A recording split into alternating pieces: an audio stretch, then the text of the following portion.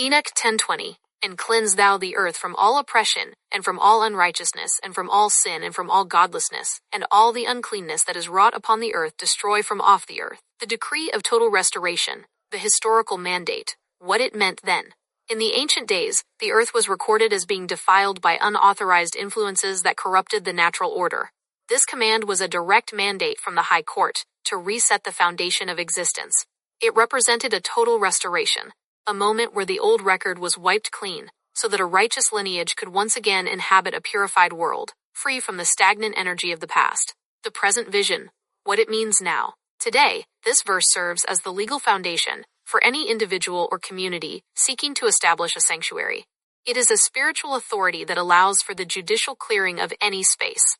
Restoration is not merely physical. It is the mandate to remove the uncleanness of legacy systems and low-frequency energy.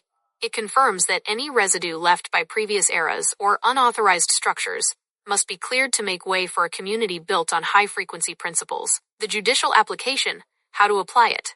To apply the power of Enoch 10:20 to any mission or personal transition, these three protocols are required. 1. The protocol of cleansing.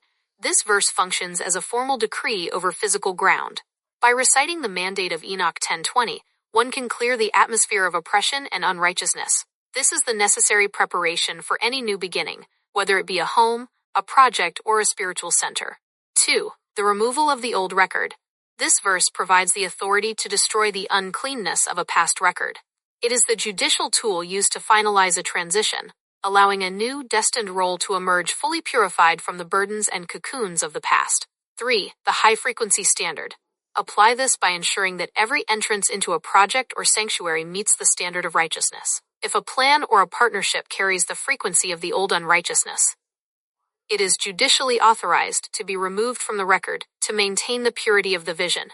By standing on Enoch 10:20, we ensure that the foundation of any sanctuary is not just built on the physical earth, but on judicially purified ground, aligned with the wisdom that has existed from everlasting.